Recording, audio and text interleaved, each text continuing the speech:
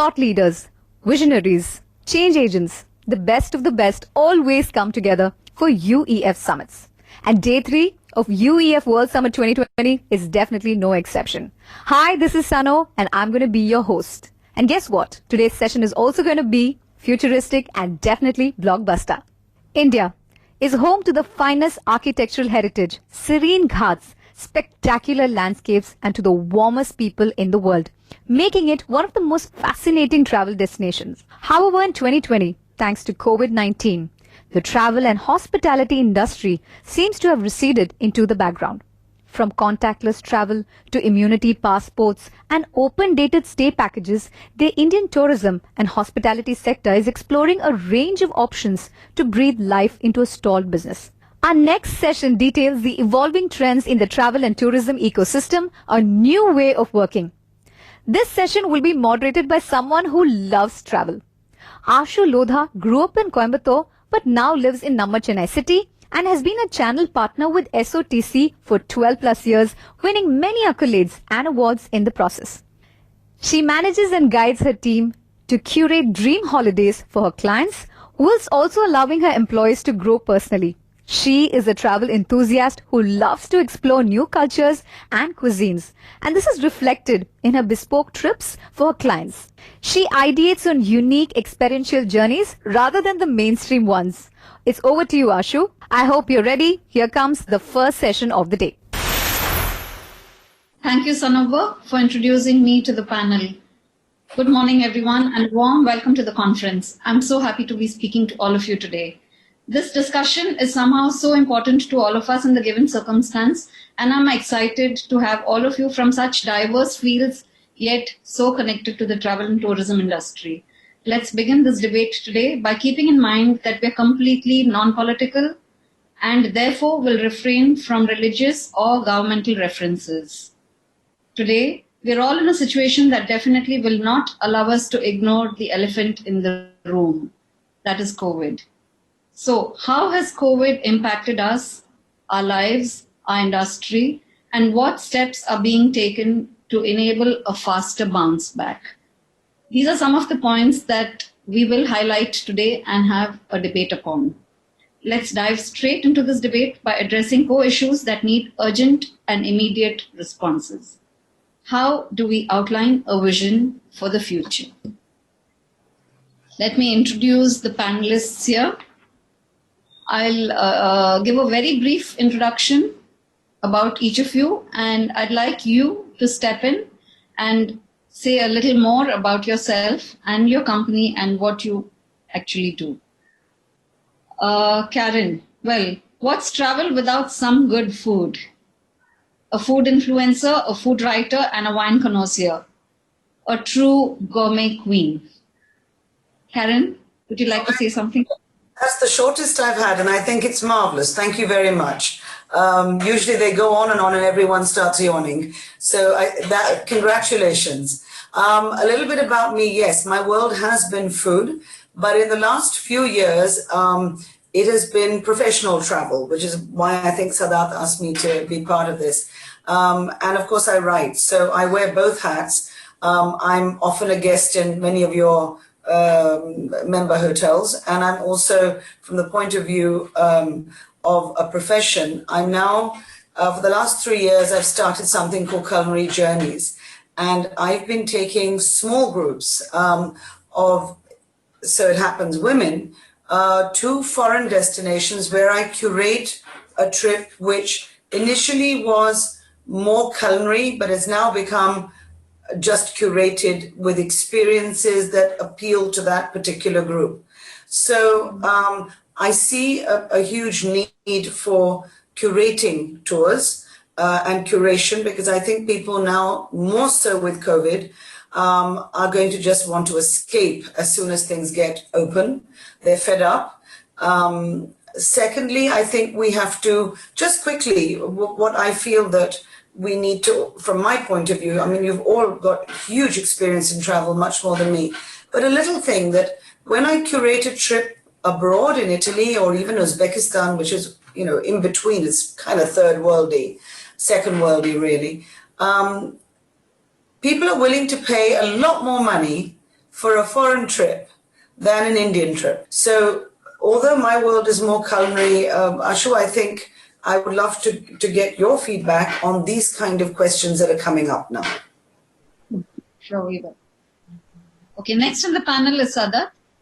He is a coffee man with conversations plenty. Sadat, over to you. Ashu, thank you. Good morning to all. I think that was also short and sweet, so thank you for the introduction. So happy to be on board, and I'm excited to share some ideas and discuss with all the other distinguished members on this panel.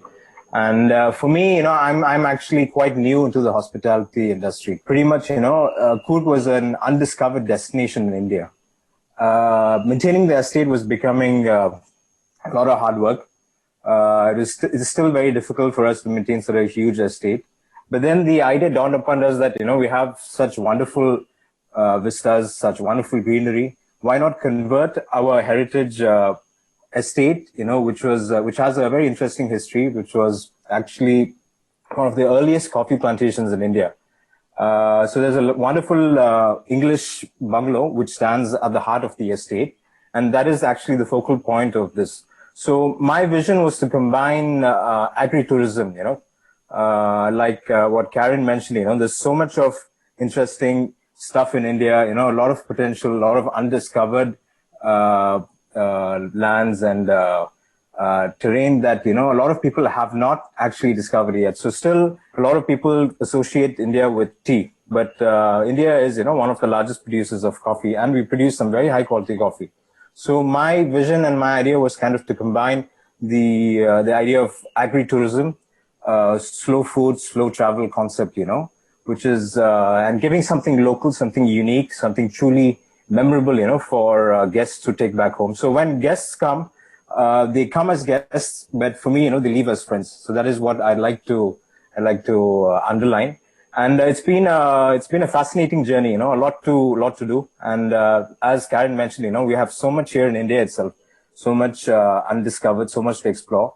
And with the current situation, there's so much domestic travel which I see the next three to 6 months, which should really kickstart and revive. And that's something that we should also look into. So that's for me for now. I'm happy to get on board and exchange some ideas with the rest of you. Over to you, Ashu. Thank you. Great, sir. So we also have Lavanya, who's a lawyer turned hotelier, giving the term boutique a very new definition. Thanks, Lavanya? Ashu. Thank you, Ashu. And like everybody's already pointed out, your introductions are very short, but so accurate. You've summed all of us up in like a few sentences. That's really nice to hear. So on my part, so as Ashu mentioned, yes, a lawyer turned hotelier, a lawyer being a career which I think I've retired from a long time ago now. But today I'm here representing a few different agencies, my own brands. I'm the director of Anantya Resorts, a boutique hotel in South India. It's on Chittar Lake in Kanyakumari district. And I'm also here representing the Southern Collective, which is primarily why I'm here today. So I will talk a little bit more about the collective rather than my own brand, Anantya Resorts. So the Southern Collective is a group of boutique hotels in South India. If everything has the flavor of the place that you're visiting, it rings home a little bit more to you.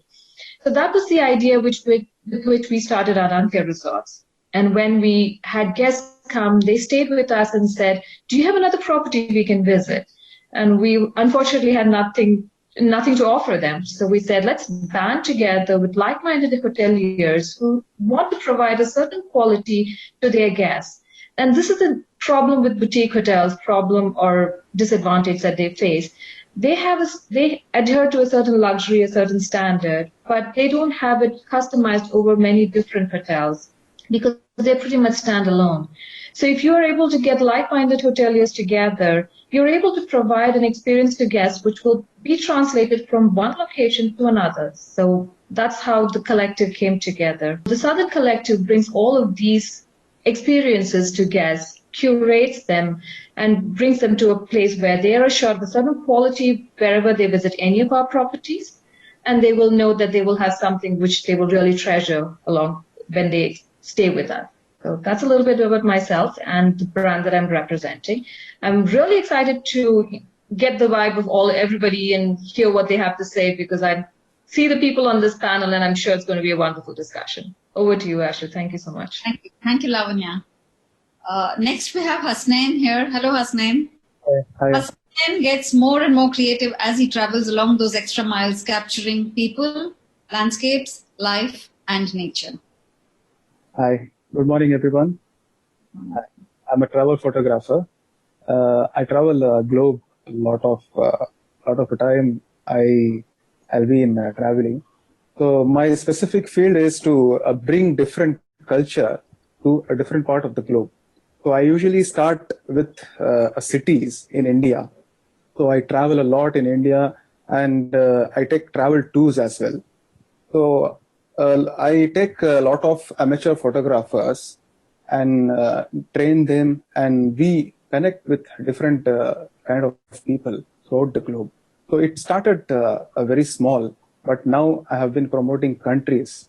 So I bring different countries to a different part of the globe. So we got a lot of projects in pipeline. We did recently a project in Africa, and we are promoting wildlife, especially of a famous national park called Masai Mara. So I usually connect with hotel industries and hospitality industries as something a big. So I want to connect different countries and their culture, their heritage, their businesses to another part of the globe. Where a lot of, in my area, there are a lot of friends who haven't traveled the world. So what I do is, I take pictures, I do a lot of short movies, short films, and I bring and I show them. So they get inspired, and they get inspired to travel. So the power of a camera and the power of a video and the photography is much more of what we think. So it has some unique power. That is the story where I want to tell through the visuals. So my aim is to promote world, promote businesses, promote countries and cities through my visual camera. So that is me. Lovely. Okay.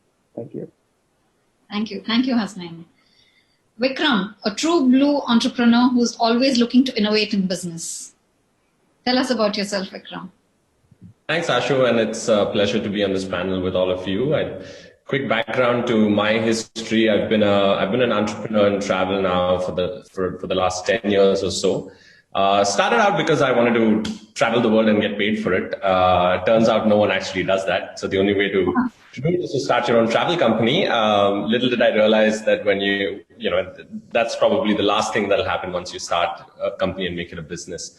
My most recent venture in travel is a company called Beyond Travel that I've been running now for about 6 years. We started Beyond with an objective to help people find others with similar passions, needs, and interests, and help them in traveling the world together. And the idea really was, interests when shared with those who have a similar passion are that much more exciting.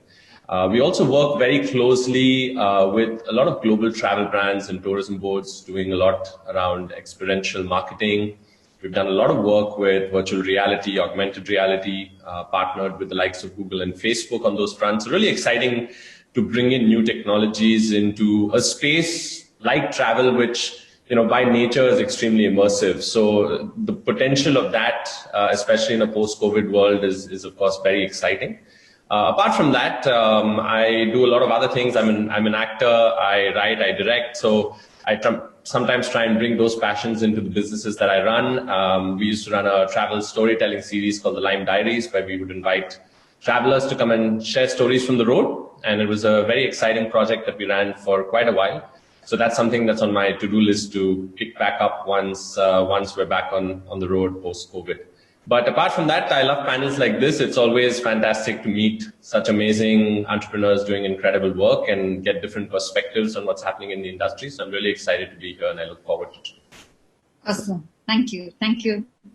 Jay, one hell of a creator who connects the dots between culture, travel, and creativity so effortlessly. Thank you so much. Jay? It's really amazing to be between all of you. It's always great to see people who are as excited about travel as I am. For me, travel started because of curiosity. In 2014, I asked myself a question that what would happen if you put an artist, a musician, a filmmaker, a photographer, and a storyteller in an SUV and send them to the Himalayas. What turned out of that experience was the fact that Indian parents are finally getting used to the fact that their kids are not going to be mainstream engineers and doctors and lawyers. And they're finally okay if their kids are chasing lives that are not so well defined. And we realized that some of the most craziest, most people with the most amount of potential who could actually really change the world, be it the environment, be it sustainability, be it startups, these people are not showing up for conferences. They're not showing up for these meetup spaces in cities. They're hiding in their garages, creating their own companies. And we thought that, hey, you know what, to pull these people out of their garages, we need to create experiments where travel is a catalyst. And the value that they get is to meet a tribe of like-minded doers, influencers, and thought leaders so that they can collaborate with each other and have conversations that really, really matter. And there's no better way to do that while traveling, while being on a road trip, maybe in a Vietnam or a Sri Lanka or Lahore and Spiti. And while you are inside that car and you're looking outside the window, and those conversations is what drives me to bring these people together over and over again. And what excites me about the travel space today is the fact that the focus is coming back to our own country. And we've been doing work in India for the last 6 years, deeply, in communities in Orissa, Northeast, be it Rajasthan, be it South India. So we are super excited with what's going to come next, of course, after the pandemic sort of subsides. Great. So now that the introductions are over and we kind of know what each one does, I think it's time that we get into the question and answer session. We have about 25 minutes to go through with the questions. So I'd like everyone to take your time, about 2-3 minutes each, to give your answers, and let's carry on. So my first question is for Vikram. I think Vikram will be great at answering this. So we've seen the global travel and tourism face multiple challenges in the last 1 year. In India especially, we have seen a change in approaches that companies are taking. What role do we see technology playing going forward? Are we going to see more hotels join the online travel agencies, just try to sustain? Or do you see them taking a more hotel-centric approach to reach out to their customers? Vikram, your thoughts on this? Thanks for giving me the easy question up front. Just kidding. Well, I think, just maybe a couple of data points to consider. We've got in our country upwards of 55,000 travel agents today, more than 5 crore people that work in travel and tourism, and about 4 crore of them have actually lost their livelihood. And also, if you consider what's happening with hotels, with OTAs, it's been an absolute disaster. I think what COVID has done is it has accelerated a need for everybody to be on the technology bandwagon. Today, it's no longer an option, but it's almost an imperative that you need to have within your business if you want to stay relevant and you want to succeed. So I think to answer your question, yes, I think you'll see a tremendous adoption of technology, but also I feel like we're going to jump frog multiple stages in the evolution of technology adoption. A couple of trends that we're seeing, I think, just in terms of how, so I'll maybe talk about this from 3 different perspectives, from the perspective of the hospitality industry, from the perspective of the consumer, and the perspective of the enablers who are like the OTAs or the travel agents and so on. I think for the hospitality industry, of course, worst hit, largely because it's their business and their livelihood. I think technologies will ensure that there is a lot more efficiency in how they operate in terms of hotels getting online, activity providers online. We've seen that happen in India with companies like Oyo that have sort of brought about some sort of standardization. And I think that'll continue to happen, but it has to happen at the grassroots level, right? It has to happen with the driver and the guide and the person who's literally connecting the dots from picking you up at the airport and taking you to your hotel and everything in between. So I think a lot of these folks will now need to be available, both in terms of their their services being available online, but also for them to redeem their services online, right? So from a distribution as well as as an offering standpoint, you'll see technology distribution systems becoming more common and commonplace. The other place where I think technology will come into play, of course, is health and security and safety and hygiene. And travelers are going to be very wary of where they go and how many people are in a particular place, and is it safe for me to go there, and what has been the hygiene levels of this hotel. So monitoring some aspects of that, being able to control it and deliver it efficiently, that's where technology will play a part. From the consumer standpoint, I think consumers are going to be completely, our whole consumption of travel will change so much. I mean, from the way we travel to what we consider as being decision drivers for us to make purchases, to how, and who we experience travel with. Information, I think, will become key, and expect a lot more people to want access to information, expect bookings to happen a lot more closer to the date, a lot more flexibility in how bookings are done. And for all of this to be enabled, you need to have some technology powering it. Also, from a consumer standpoint, I think consumers will want access to more experiential activities that are in their backyards, and we've got enough representatives on this panel doing some incredible work. So I mean, the kind of experiences that we're talking about, I think, will become more in demand. So again, for them to be able to access that and consume it very easily, there has to be a technology backend. And finally, I think in terms of the enablers, folks like the travel agents or OTAs. I'm very curiously looking at what happens on multiple areas of travel. When you look at something like financing, how are people going to pay for travel? How are travel agents going to pay for travel? To give you an example, pre-COVID, we launched something called Postpaid, and the idea was to, change the notion of travel payments to become more subscription-based, right? So rather than paying a bulk payment upfront, can you sort of break it up and say, travel to Japan for 10,000 rupees a month, for example, and really kind of make that as the default way for people to look at travel. We're seeing a lot of acceptance for that today as cash flows have dried up and people need access to funds. So I think technology will play a part there in helping people access multiple services like these, right? And then finally, when you look at new tech, so things like artificial intelligence or, deep data, I mean, how do these kind of things play a part in both the industry and consumers understanding trends, forecasting, building for the future? So I mean, I've given you a long-winded answer, but, I think, I certainly think that if you're not going to be having technology transformation as part of your plan post-COVID, it'll be very hard to stay relevant and catch up with the rest of the people who are. A lot of the people who are planning for post-COVID recovery are using this time to actually invest in tech, and we're seeing that happen quite aggressively. So that's a great point. I mean, the post-paid pattern, the subscription pattern that we're looking at is, I think, a phenomenal point wherein, you are trying to also get business, get the business back in motion post-COVID. So I think that's a wonderful idea that you've started and shared with us today. Now, moving on to the next question.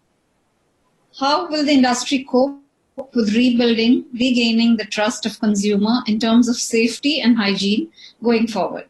How would you see operations at hotels innovate to create experience given the new guidelines? Sadat, this question's at you. Sure, hi. Thanks for the question. So, as you know, there is still a lot of uncertainty about this whole situation, and the protocols and guidelines of the government are constantly changing. So, as a hotelier, as part of the industry, first and foremost, it's my duty and priority to keep my employees and my guests safe. So we wouldn't compromise that one bit. But at the same time, there is a challenge with the communication and the updation of the guidelines. To give you a brief story, we initially started operations back in June, after lockdown. So for, let's say, almost 2 to 3 months, Coorg was completely cut off from the other districts in Karnataka. So the authorities were very strict and enforcing, and almost 3 months we couldn't take any of the guests. So we opened one weekend in June.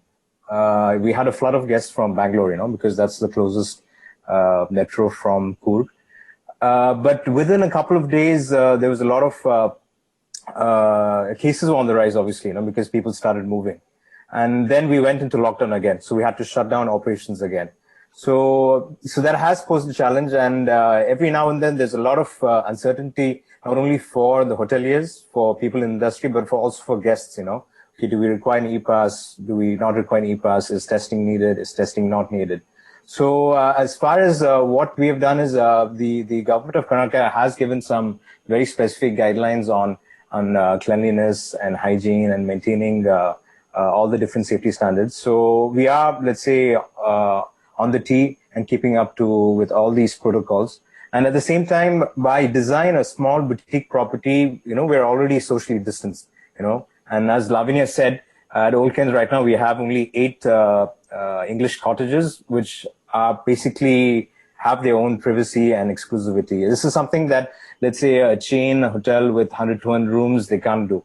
And with such a natural surrounding, you have 200 acres to breathe. In fact, I was locked down at the estate, so for a couple of months I was down there. My family was back in Chennai. So that gave me a lot of time to think through and also discuss with my manager and see what kind of operations and procedures and how do we make sure that the SOPs can be implemented.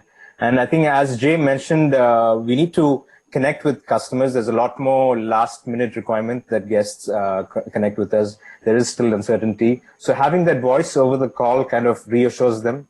It lets them know, okay, what are the safety precautions that we're taking. And also to let them know that, we are much more flexible in terms of bookings and cancellation. And we do understand the seriousness of the issue. That gives them much more confidence. So there's a lot of and to also kind of answer your first question, I think we need to get a little more guest centric and customer centric and try to connect with guests on a one-to-one basis, and also we're using technology to do that, like social media and Instagram and Facebook. That gives us a pretty one-to-one intimate connection with the guests, and we can address all the queries and fears and make them comfortable, But I think travel is such a human fundamental desire that it's never going to die out. It's something, as humans, we yearn to travel. So we are, touch wood, doing quite well. And I think people are locked down in the cities, they just want to get out. So touch wood, most of our weekends have completely been sold out, and last 3 months have been quite good.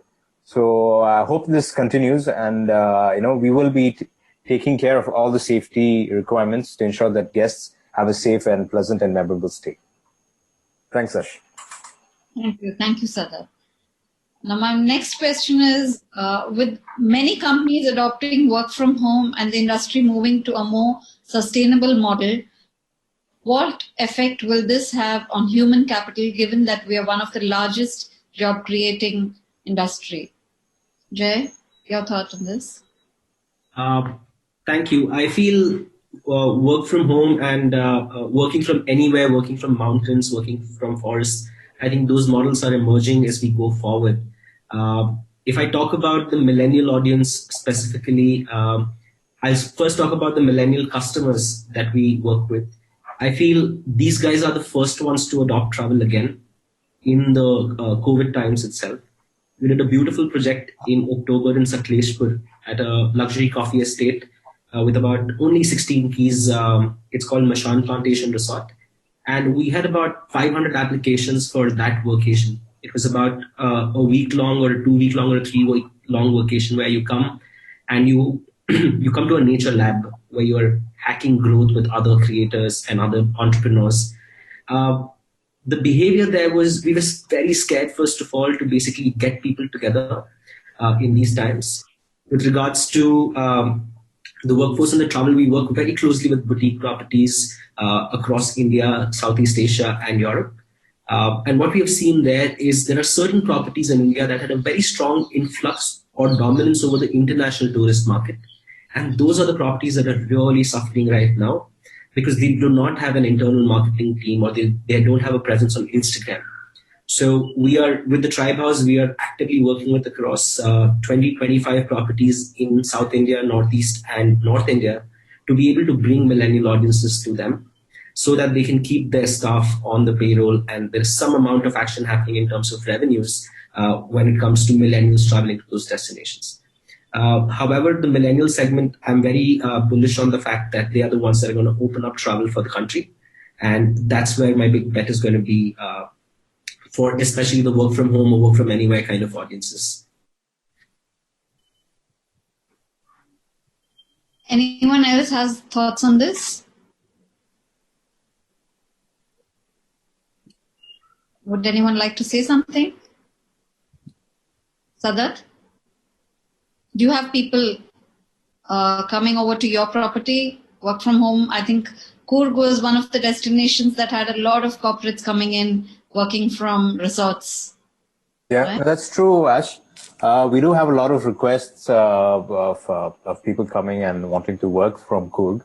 In fact, next week there's going to be a unicorn startup from Bangalore. So their whole executive team is going to come and spend a week in Coorg.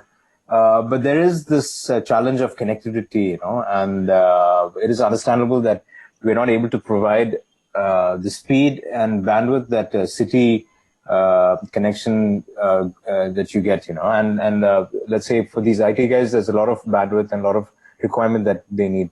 So I think also it's more of setting the expectations. So luckily, fortunately, in our property, we have a decent amount of bandwidth. We do have telephone connectivity. You do get 4G.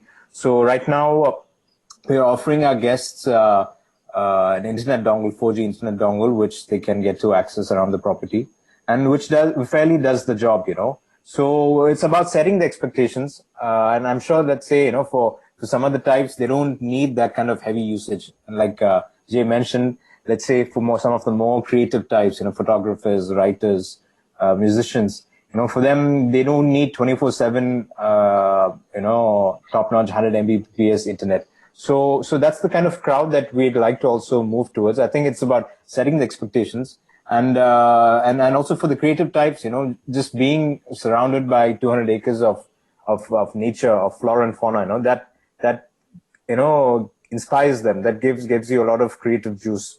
So I think, I think that's something that is really interesting, and we have had to adapt.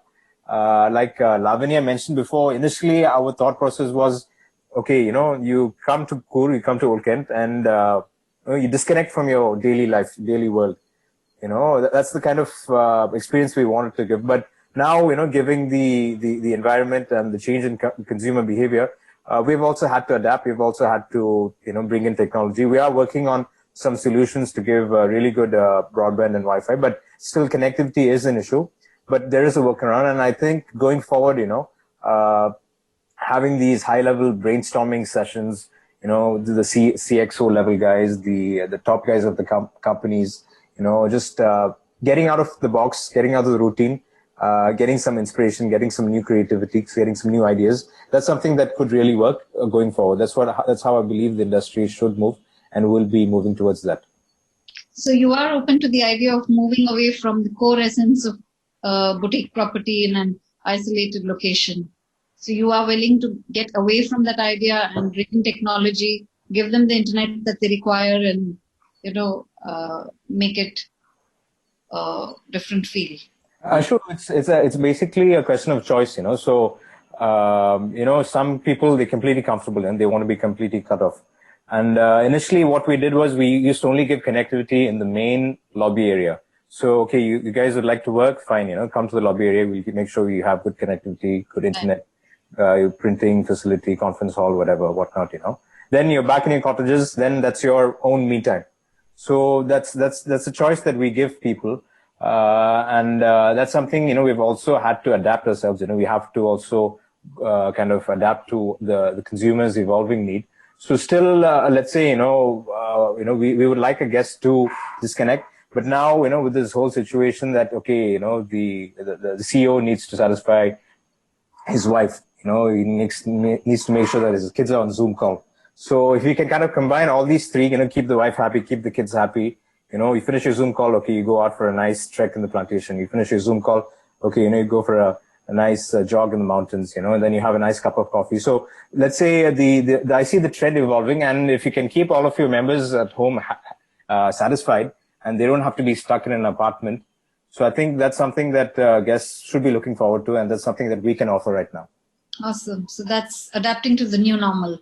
Absolutely. Now, Karen, we're going to see a very different approach to travel and tourism from our consumers. As experts, what are you going to look out for while deciding your next vacation? Oh, well, can I quickly just remark on a couple of things I've heard today? Oh. One, I think Vikram's thing is very interesting. There are two types of travelers that I deal with and that I am. One is a luxury traveler, and I sometimes treat myself to something amazing in terms of an experience or whatever. But by and large, when I write, of course, I do mainly luxury. But when I travel on my own, I'm doing more experience. I'm looking for something like Sadat's Old Kent, which gives me an idea of coffee, that it gives me an idea of the people. So I think you're going to have two very different audiences now. Millennial is my children, like Jay. It's not really me, but I can understand what you're doing. So yes, so three. But even in my age group and stage group, there are two different, very, very different people. Now, what Vikram said about this paying per month as well, this EMI on, I think that's fantastic because people definitely do want to get away, but money is always a problem, right? How much is this going to cost? Is it a lakh of rupees I have to pay up front? So I think that's great. But what I liked about what Lavanya said is that I'm traveling next week, for example, to Rajasthan. I want, as an older person traveling, I want technology. Yes, I definitely want my Wi-Fi. I won't be able to do you guys otherwise. But I also want a one-point contact wherever I am. So maybe that's old-fashioned, but I need a one-point contact. I now need COVID to come back into Maharashtra. Where am I going to get that COVID test in the middle of Ranthambore? So I need that one-point contact to tell me it's possible, it'll cost you so much, you'll get the test results within so and so hours. So that comfort factor, as she said, it's not just a boutique hotel now. It's wherever I am, even in a JW Marriott, whatever, I'm a complete maniac. I must have my one-point contact because it could be someone on the desk, it could be an F&B manager, it could be a chef, whatever. I single out that one-point contact who will answer my little queries or put me on to the right person. And I think that's more, as we're getting more stressed and more anxious, that's something that I definitely want. I want that personal connection, which I think maybe as a millennial, Jay, you don't need as much. Yeah, I'm actually looking forward to, I'm traveling tomorrow to Rajasthan. I'm looking forward to a lot more interaction with people. I'm looking forward to my one-point contacts. I'm looking forward to seeing what they do in terms of experiences. I'm going to outdoor locations. I'm going to Ranthambore. I'm going to Amanbagh. I'm going to places which are more, one day in Jaipur, but that's under curfew. But that's okay. We'll stay in the hotel in the evening. But I'm looking to see, how things have changed during COVID or post-COVID and how, we can take advantage of all of that and make experiences much more personable and much more intimate in a way. That's great. I think we have 5 more minutes left. I have one more question for Hasnain, after which we'll summarize and we'll have to wind the session up. Hasnain, actually, all of you can give quick answers to this one. So before we bring the session to a close, I'd like to know from each of you, where's the first place you'd like to visit in 2021 once the COVID scene is a little bit more under control, whether it's going to be within India or whether it's going to be any place abroad, and why? First of all, I would love to visit to Himalayas, especially to Ladakh. So we have a tour going on in this January. So basically, I want to take people to especially to click and capture a snow leopard. It's an exotic animal up there. So we, travel photographer, wait for that moment, and we wait for 1 year to just click one shot of the snow leopard. So we are waiting for that, and I am personally inviting you all that in this January 2021, I'm taking my, all my amateur photographers and professional photographers to the Himalayas. And I would love to collaborate with you you guys are from hotel industry and a resort industry. So I usually, pick up a hotel and resort to take my team and go stay up there. So yeah, I would love to visit Himalaya in this 2021. So that will be my first place. You have a destination in mind, Hasnain? Yes. In the Himalayas? Yeah. Where do you plan to go? Ladakh. Oh, lovely. Yeah. Interesting. Great. So anyone else? Any thoughts on where you'd like to go, Jay? I had a flight to Croatia on 26th of March this year. We were launching our first edition in Dubrovnik. And so I can't wait to go back. My visa was in place. My flights was in place. I had my 1 point contact in Dubrovnik, Karen. But yeah, so I'm really looking forward to go back to Croatia and attend a music festival, honestly. I can't wait to just see people coming together once again. Great. Vikram is already in Dubai, so he's made his move already. Flown out.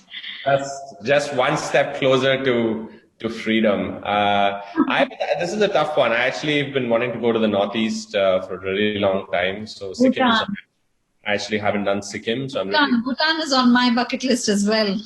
Yeah, Bhutan as well, Bhutan and Sikkim. And and more internationally, Ethiopia is a place I really want to go. Partly because I think very few travelers are going to go there, which means it'll be safe to visit for a while at least. So that's... Well, I've been traveling, I'm sure, quite a bit in the last month, only because of work, really.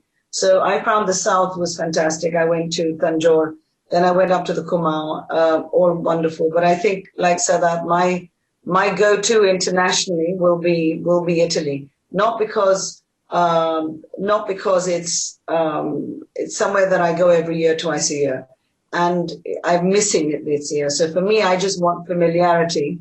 I don't want to discover anywhere. I want familiarity. I want to go to the same house I went last year. I want to see socially distant, maybe, but the same people. I think for me, it's important to just reconnect. How wonderful.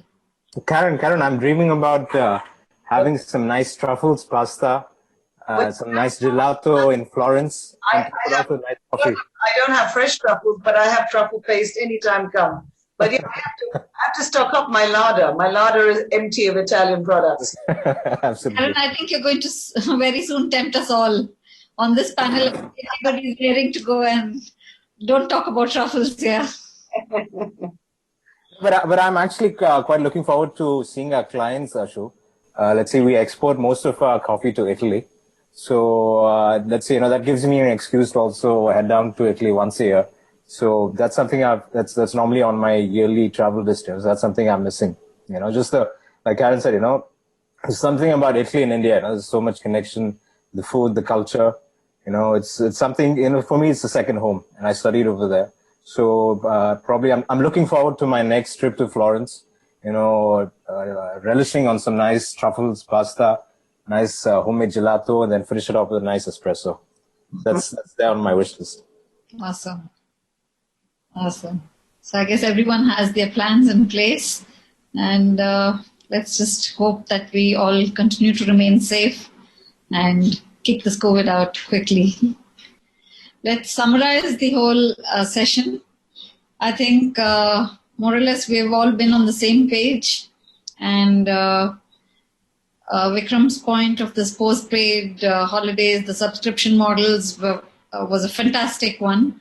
I think this could, be implemented amongst a lot of people, and it will be a great success for business people from the industry. And there is definitely a surge in technology within our industry also. The millennials are adapting to it very easily. But I think for the conventional travelers, what we from the discussion have gained is that they still need their contact persons. They still need to be in touch with somebody. I mean, it's a very hard decision to make that progress into becoming contactless for people of that age. Yeah? So, yeah, good Wi-Fi has become an absolute essential, absolute normal. I mean, you don't hear of a place that doesn't have Wi-Fi anymore. So yeah, so let's just be hopeful. Any thoughts on how one could, fix business solutions to see how this industry can move forward quickly, rather little bit more rapidly, since the COVID is really coming down, at least in India. If any of you have any opinion on that, any further ideas on that, then that'd be great. We have about 2 minutes, and then we can wind up with this. I feel a lot of I mean, that's my feel more, but really people should, little hotels, I think Sadat has done it very successfully, really need to focus on PR and marketing and social media. I think a lot of small properties are wasted. I was listening to Lavanya. A lot of the properties, unfortunately, we are technical. We do look at Instagram. We do look at the net now more than ever. And Vikram knows all about that. So, but the small properties, like none of the properties that Lavanya has spoken about, except Old Kent, where I visited, and I will come back soon, Sadat. Most welcome. I'm really looking forward to it because we just met him over coffee, literally. We didn't stay with him. But I think the smaller properties need to get known. So, either someone like you, Jay, or other people need to kind of go to the smaller properties where there may be older people who are not interested or don't really understand social media so much and understand the power of social media, PR, marketing. I've had this experience with several people throughout the world, 25 rooms, boutique properties, full 11 months, because they've done just such fantastic marketing in the right areas. Right. Yeah, I think just to add to what Karen was saying, I think travel decisions, inspirations today are made on Instagram, and it's I'll just give you a quick example of what we've been doing. We've been partnering with a lot of boutique hotels, did some work with Lavanya as well, and bringing all of these online on Instagram, promoting them, and the kind of engagement we're getting is insane. And I think what that just goes to show is, while people are not traveling, I think even more than ever, people are very hungry for information about travel.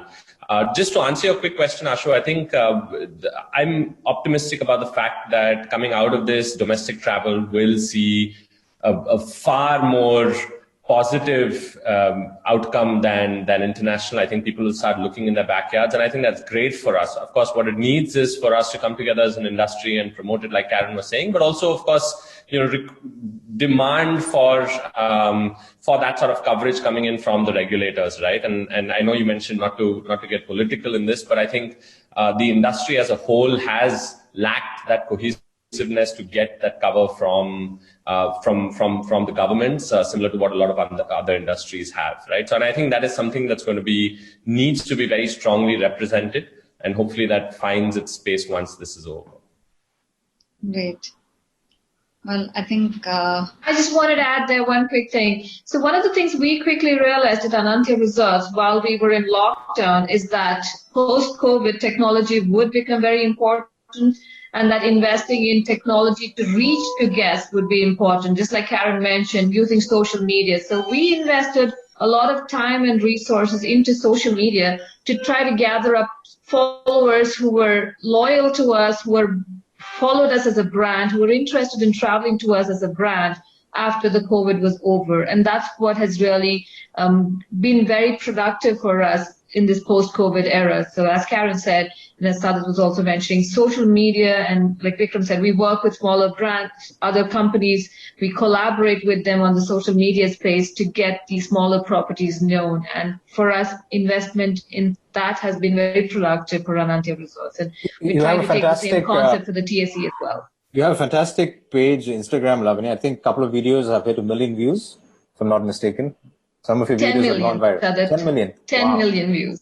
Yeah. Wow. A recent video went viral with 10 million views, and it's been an amazing experience. Our website crashed because of the number of views. We didn't woke up one morning with guests calling off. The phone was just ringing off the hook. It's something of, you read it in blog posts and newspapers. This is what happens when a small business a video goes viral, and we truly experienced that. So it was an interesting ride.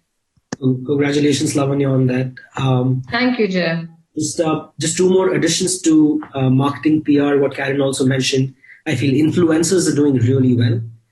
Influencers have been able to sell stuff in the pandemic.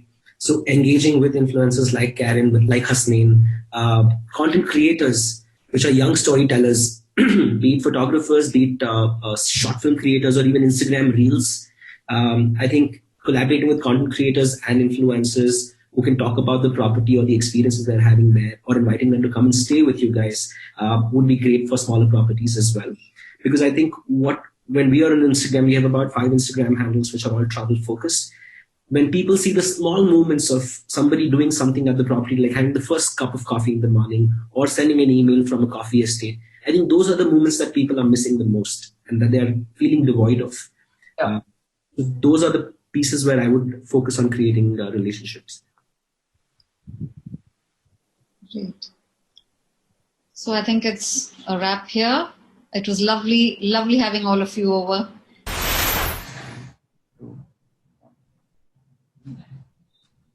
Thank you guys. Thank you for all being here and introducing yourselves and giving us a rundown of how the situation in the market, in the travel and tourism market is. We have some questions here from the audience. Some of them who haven't been able to log in today have sent me their questions on chat, and we'll dive in straight into the question and answer sessions. My first question is for Vikram. How do small scale or local tour operators rebuild or restart their businesses? I mean, we see a lot of them have got affected by this COVID, and some of them have even been wiped out. So what do you propose for them to, restart and rebuild their businesses once again? Yeah, I think with the entire industry, the entire notion of what travel was is changing. So for local operators, as demand starts to pick up, I think a lot of it will be about being flexible to what the market wants, what travelers are sensitive towards. So of course, safety, health, and hygiene being number one, offering flexibility in terms of how bookings are made, cancellations, giving people the ability to perhaps book last minute or even cancel last minute, depending on how restrictions on travel are in particular regions. And thirdly, I think just continuing to partner with as many people in the industry as possible. I think the travel industry previously has we've all been very competitive with each other, but now as we get into a phase of rebuilding, I think it's important for us to look out for each other, and the industry only gets stronger if all of us survive. So I think more and more to be open to partnerships, conversations, and just keeping an open mind in terms of how to do this together. Right. I have another very interesting question, which I think Jay will be great at answering. What do millennials look for when deciding a destination, Jay? If you look at millennials, they are very purpose-seeking generation, and even Gen Z, for that matter, they're all looking for purpose and meaning in their life. So for millennials and Gen Z, I feel the trend has moved away from only experiences to now immersions, like having local experiences to building relationship with local community wherever they go. They want to be invested in there and leave something behind. 3, they have moved away from looking at locations which are accessible and started looking at locations which are disconnected or rare. Just for example, Jibhi or Tirthan Valley in Himachal has come up very strongly in the last 6 months after the lockdown 2.0, where the states open up a little bit. I feel one of the most important criteria is also how cool the location looks on Instagram. And the disconnect value and the purpose value also sort of increases the value of a location where the millennials want to travel to. And if you look at the travel behavior of millennials, they're happy to take a flight and then a road trip to the destinations they want to get to. They're also happy to go to locations which have community festivals and music festivals and experiences like that. So locations before the COVID, opening up where Croatia, even for that matter, Iceland, and definitely Bali and Thailand and Southeast Asia.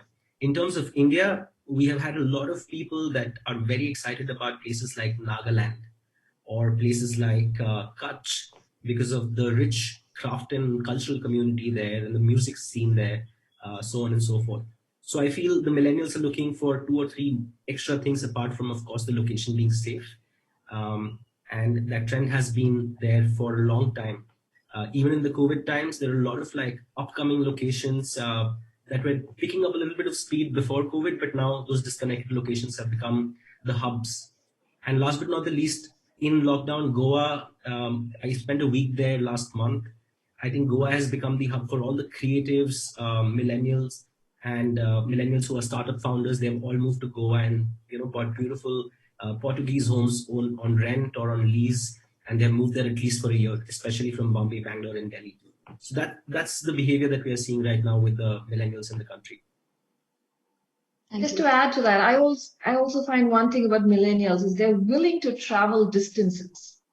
They do not mind if a destination is a 16-hour drive away. So we have people coming from Bangalore to Anandya. They're willing to drive through the night because they finish their work at 6 o'clock in the evening. They'll get into their car at 8 o'clock. They'll drive through the night and get to Anandya at 6 a.m. in the morning. They're fine with that. So they're willing to do things differently, look at travel differently, go to greater lengths to experience what they want to experience because they have something in mind they've seen on maybe an Instagram, like Jay said, a beautiful location, a beautiful experience, something which captures their imagination, and they're willing to go to great lengths to actually get there and do that. And that's something which I think is very different from the rest of the age brackets of people who travel. They are very adventurous, want to try out a lot of new different things and different experiences for sure. Ashif, I can just quickly add a line, adding to what Jay and Lavanya said. I think for the millennials, it's not only the destination, but also the journey, journey to the destination. And then also, once they're out, also, they find ways to connect with the brand. So we're very much engaged on social media, on Instagram, on Facebook. And we see that for them, it's about the connectivity, one-to-one connectivity. Now with the power of internet that you have, you can really get to connect with them. And they like to connect with those brands. So I think that's also something that smaller brands like Anantya and Old Kent, we have to advantage. We're small, we're niche, we're boutique. And millennials like connecting to these smaller brands, have these intimate personal connections, and carry this forward. So it's not just, okay, I go to the hotel, I finish the journey, but the journey continues even before the destination and even after the destination. Very true, Sadat, because we see people engaging with us on Instagram, they chat with us. We know a lot about them even before they arrive at the property. And after they've left the property, they will still share their images, they share their videos, they're willing to share their experiences with anybody else who's going to come after them. So they're very open that way. And they make it a very personal experience for them, as well as the staff and everybody at the property as well. So there's a lot of engagement and connect with millennials. Talking about internet and connectivity, as we speak, we do have a question from the audience. Mr. Salman Muhammad has posted a question for Sadat. He says, Old Kent is a great place to hang out, but yes, the internet connectivity is the need of the hour. The question is, when will they have full connectivity at Kent? Any timeline? No, that's a very interesting question. That's something that we're working on at Old Kent. I'm sure also Lavanya is working on. In fact, just yesterday, a startup from Bangalore, a $1 billion unicorn startup from Bangalore, they came with their entire group, to come and have a 1-week session over there, WFH, work from home. So right now we're providing them with 4G dongles, but as we speak, we're also looking at getting proper fiber line to actually give them a seamless internet experience. So this is something that we've come to learn that after the pandemic, it's something we need to add to the equation. So rest assured, Mr. Mohammed, we are investing in our connectivity. So next time you come down, you can have your Zoom calls and Prime and Netflix running without problems. Well, there's another question from Sandeep Das. This is an open question to all the panelists here. How do you create your niche with so many players and break the clutter?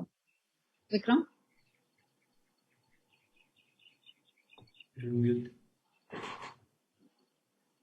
Sorry, I was saying million question. It's obviously a hard one.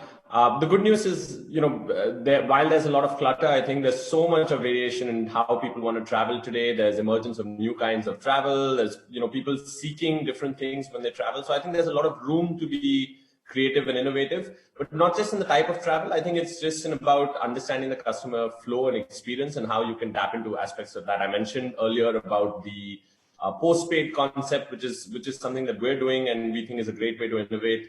Today, a lot of brands are innovating very smartly in the kinds of content they're putting out, but also in terms of how they're positioning themselves as brands, right? Eco-friendly, sustainable brands. I mean, those sort of spaces are now opening up and just creating new niches for companies to participate in. Thank you, Vikram. I think we are short on time here, so a quick wind up to this session now. We believe that if we preserve and stay in this together, you as travelers or customers, and we as operators will get through this, what we right now feel is a nightmare. Let's not give up on plans of domestic travel, and once things are back in place, everyone on this panel will be back with unmatched services. Remember, like everything else in our lives, this too shall pass. Bye, guys. And hope to see you soon. Bye-bye.